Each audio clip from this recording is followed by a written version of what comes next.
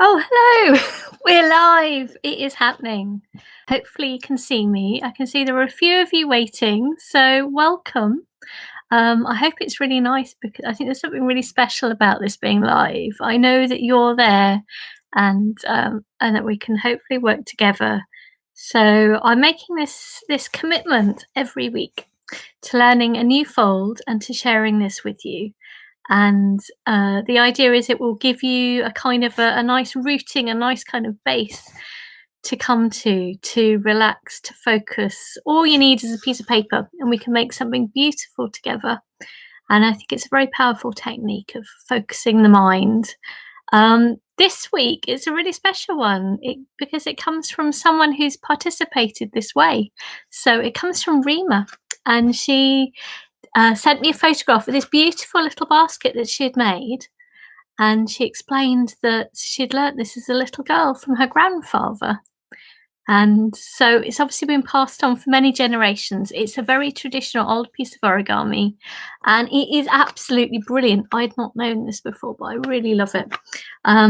It's got a whole little handle you can hold it by. There's no glue. It is amazing, and all you'll need is a piece of paper. I'm also going to give a bit of a shout out because there may be Valerie from the Merseyside. So hello, I'm just thrilled to hear that you're going to use this during your time in isolation. All of these sessions are very much dedicated to my colleagues at UCH, and I'm hoping that colleagues will be able to join me over this time as a place for relaxation. I was originally taught some origami by someone who was a patient, and she asked me to learn to pass it on to others. And she found that it helped calm her during times of anxiety and uncertainty. And obviously, that's extreme for people working in hospitals and care homes. And actually, to a large extent, it's affecting us all. So we're missing that contact with people being able to get close. So you'll be able to see my hands. We can feel together. Oh, brilliant. My nattering away is hopefully quite good because I can see the numbers have come up a bit.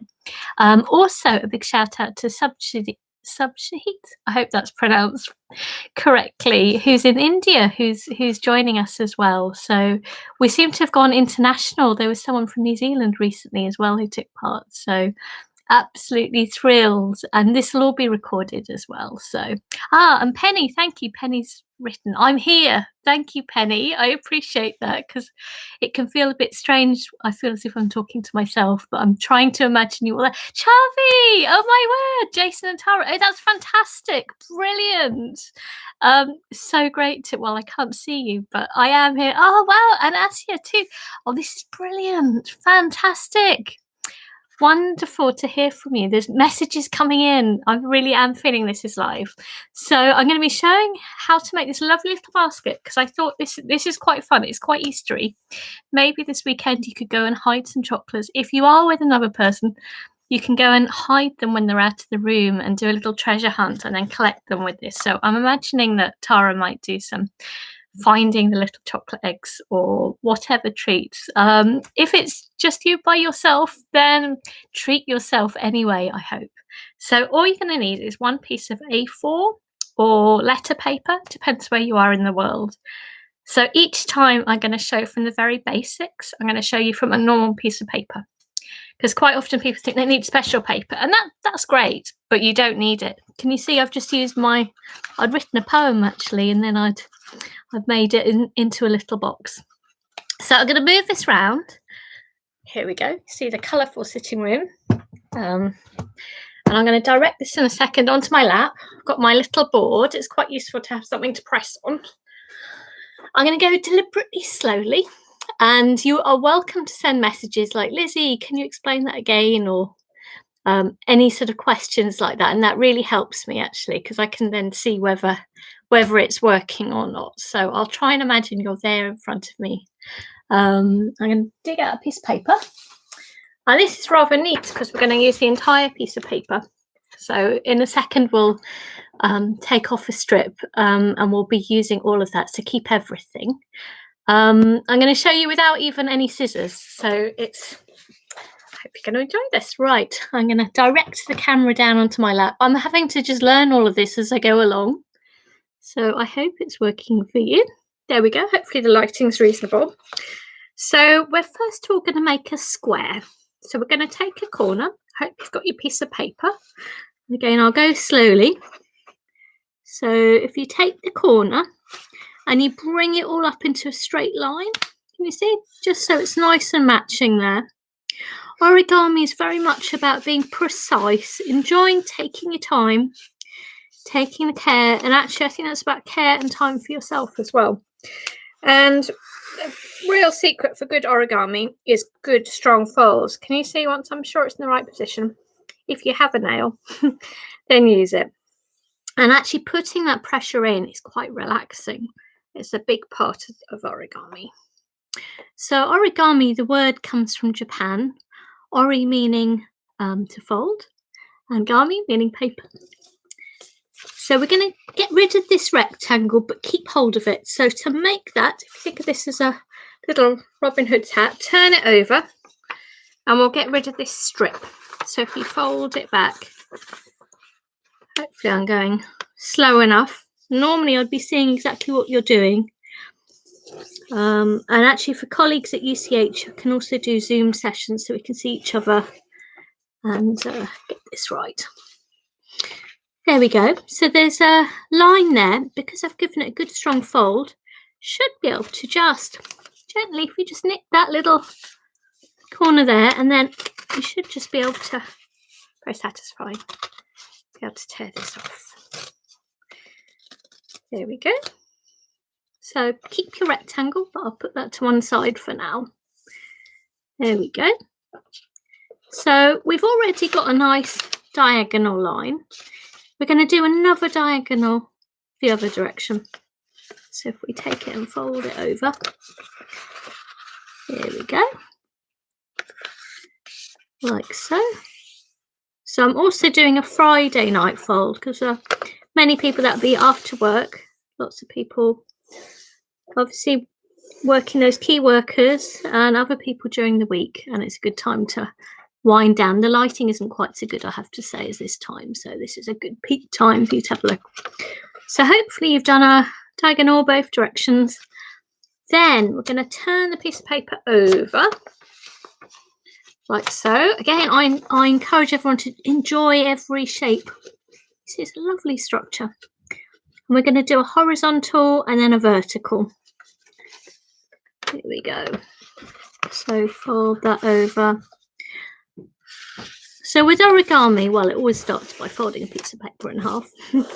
But there are what's called different bases. There are different, same sort of starts, and there's different directions you can go in.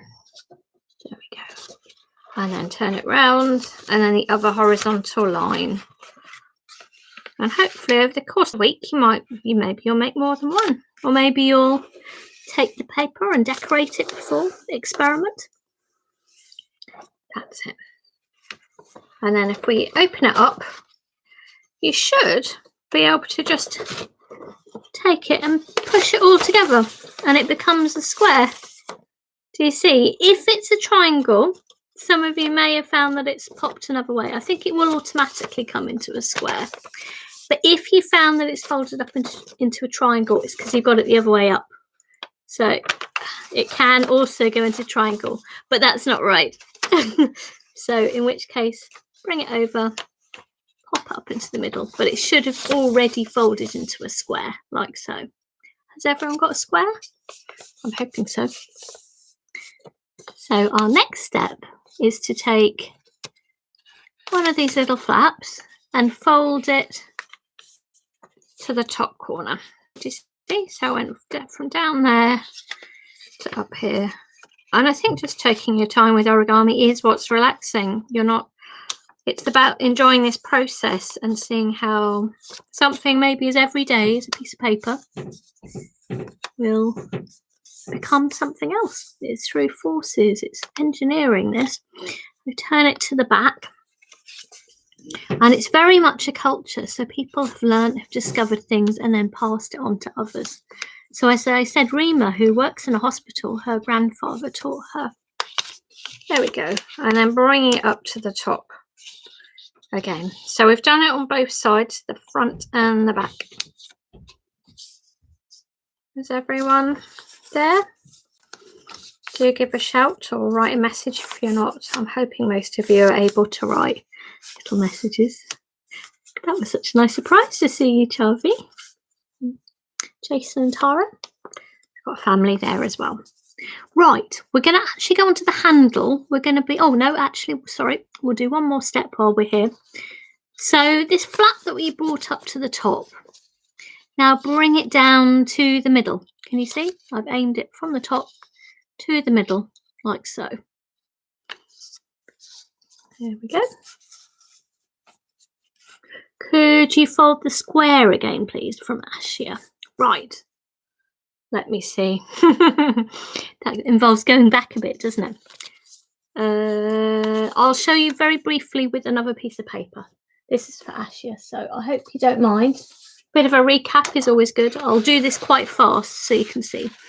So what I did was I took an A4 piece of paper and I made that shape, that square, got rid of the flap. We'll go back to the other one, but I'm just doing a very quick recap for one of our viewers. Thanks for getting rid of that edge. It should automatically sort of fold up, but it's all very, oh dear. You can see it doesn't tear quite so well when I'm trying to do it faster, which just goes to show, but it's fine to show. So what we did for the square was we folded it one diagonal and then the other diagonal.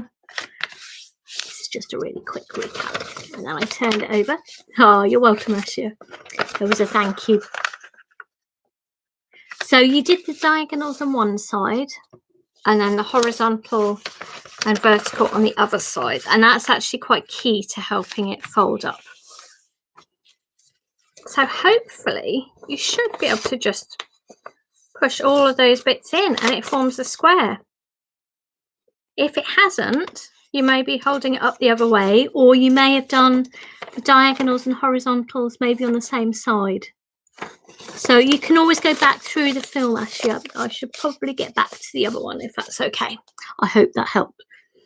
So we're back to the other one which we were making. Got it now. Excellent. I'm so glad. Hurrah.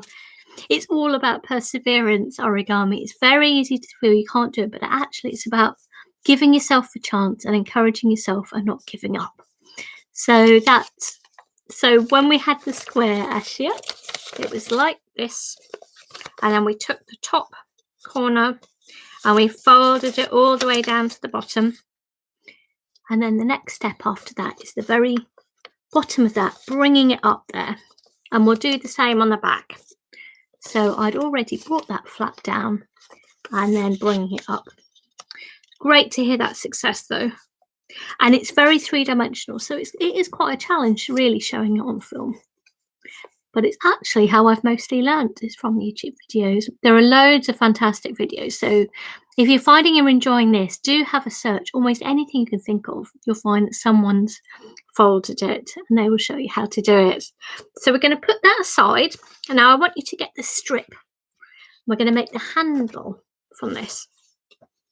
So your strip here, if we fold it in half, fantastic, like so.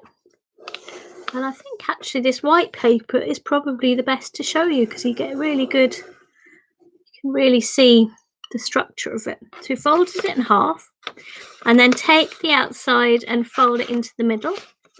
So we simply folded it in half and then folding it to the middle. And this is maybe a whole new experience for you. I think for Rima, obviously it's not. Some of you may have done this before. I hadn't.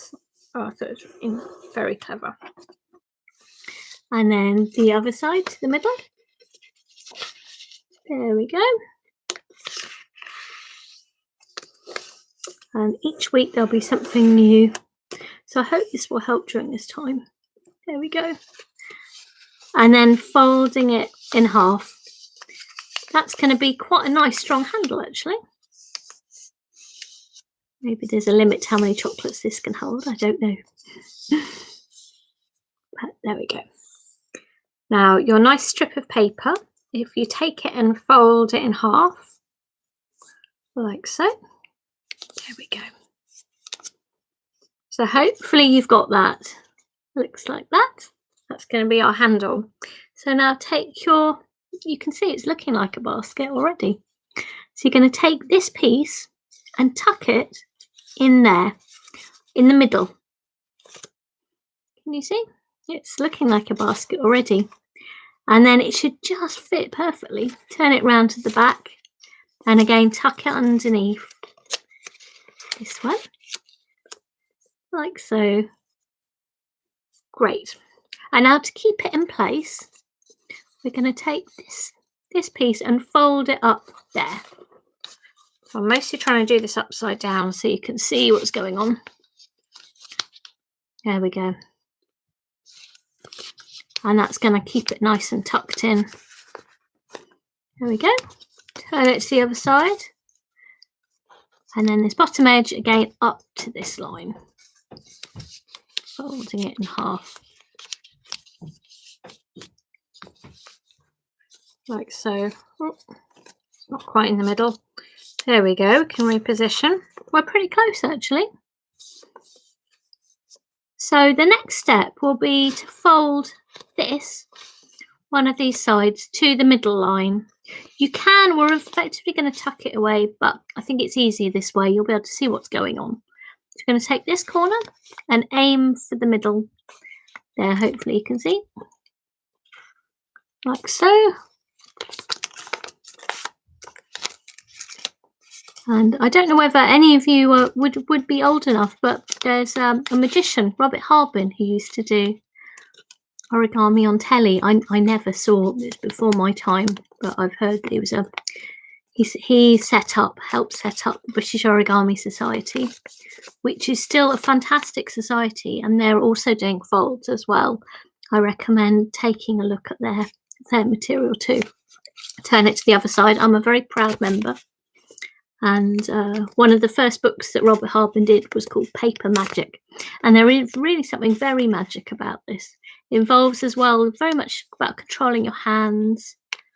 And there's a huge element of surprise in it. And yet there's no trickery. I think that's what I love about it. It just truly is amazing. So again, folding that to the middle. But for me personally, I find the diagrams quite hard to follow. So I think YouTube's a really good way of doing this. There we go. Folding those sides. We're almost there. So these flaps, we actually want to reverse that fold.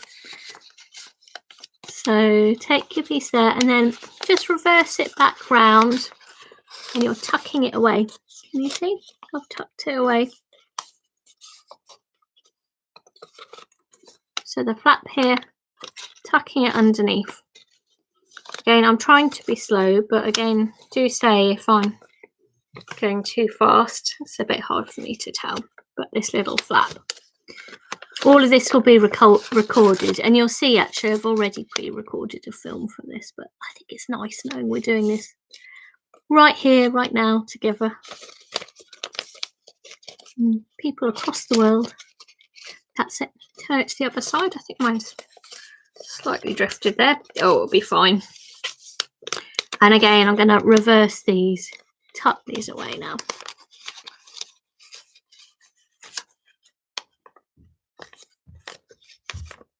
And the great thing is everyone's got paper at home, and I'm deliberately showing you with paper that you'd already have around.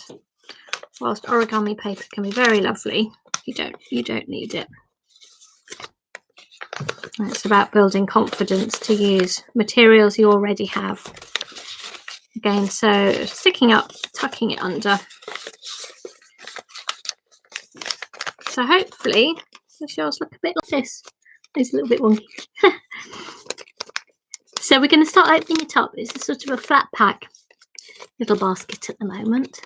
So you've got a flap here. If you can fold it down like so. And the same on this side. So take your flap and then fold it down. You can see it's already opening up by doing this alone. It will start to open it up. So fold that down And then the bottom of it looks a bit strange at the moment. You just put your fingers inside and start opening it up, flattening it. Like so.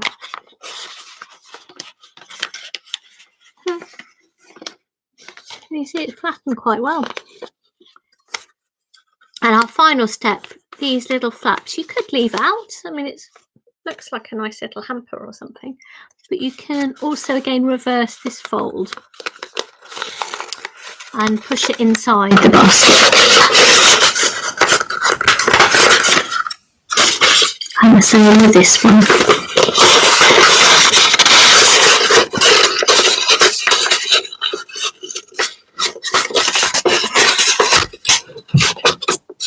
Hope this is making sense. And also, think of what you're doing as a draft. You might kind of improve on that, or think, well, I could have maybe decorated it. So, for example, this is one that I'd made with some decorative paper. But you could also colour in your own design and fold it. Final step is really just rounding off that handle. It's a bit pointed at the moment, so just play around with making it slightly rounder. And hopefully you should have a rather nice little basket. Now this would be perfect for putting little chocolates in, but I thought maybe I could show you how to make something else nice at the same time. I've been making little hearts actually to put inside my basket. So I thought I could show you how to make some hearts as well. It's something I showed how to do before, but it's a nice thing. And maybe again, these are things you could put on your window. Make a little rainbow of hearts. So I'm going to show you how to make a heart next as well. I hope that's worked for you. I'll just say hello again. I feel like I haven't seen you for a bit. That's it. Right, I'm going to show you how to make the heart, which is a really simple fold. And I'll again show it from a normal A4 piece of paper. Just grabbing some paper over here. So get your paper. So this is paper number 2. Maybe you could make a little basket of hearts, or as I said, put them in the window. And direct this down again. So we're gonna take the corner, and again, as we've done before, to make a square, all you need to do is just line up. Again, taking the time and care to do that, and being nice and accurate. There is a beauty in being very accurate. I seem to remember, Jason, you were very good at this, being accurate. There we go. Which does, I think, make it almost more of a science. It is both science and art. Turn it over. This is going to be a huge heart. Getting rid of this strip. So again, the same thing. Hopefully this will get easier and easier, but it's quite nice, I think, if we start from this every time. So it's accessible to everyone, because we don't all have our immediate squares of paper, do we, at home? And again, this strip.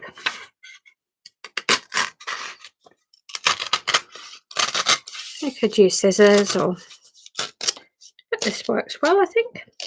There we go. So for the heart, oh goodness, the heart. Suddenly remembering how to do it.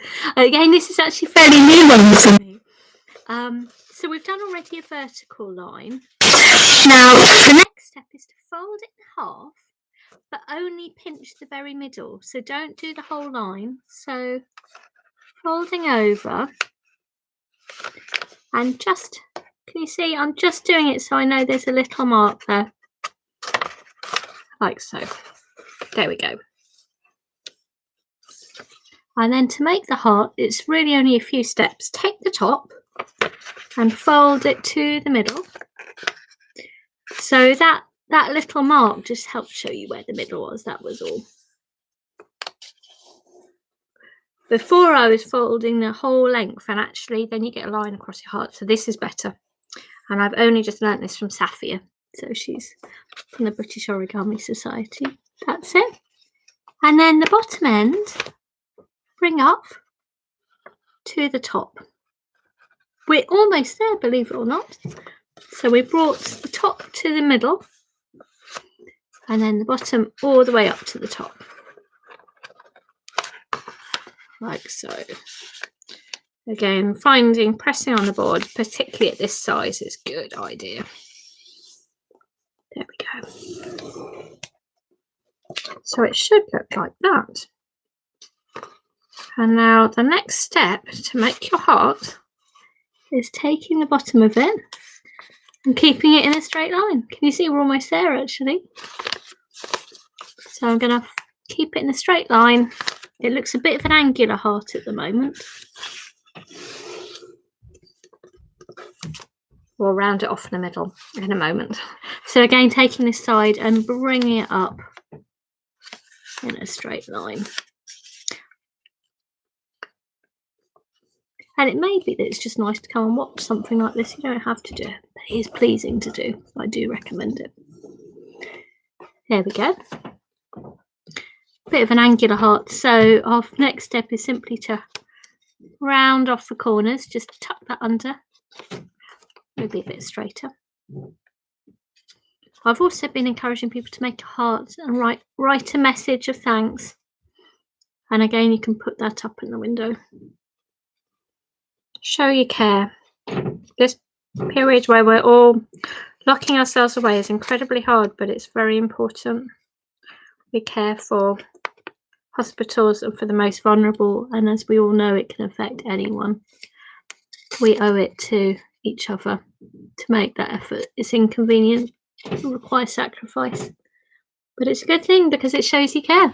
So I hope you've managed to do both. This is gigantic heart and a basket, and I hope that's brought a little bit of a moment of joy in your day. So it's been almost half an hour of just amusing ourselves with paper, 2 pieces of paper, and over the coming weeks or months, who knows, I'll be sharing a fold each week, and there's pre-recorded, and I'm also here at 8 o'clock on Friday. So look after yourselves, everyone. I wish you all the very best. Keep well and keep looking after how you feel as well. That's very important at this time. So lovely to sort of see you. Bye. Thank you. Now I have to figure out how to end it. Thank you.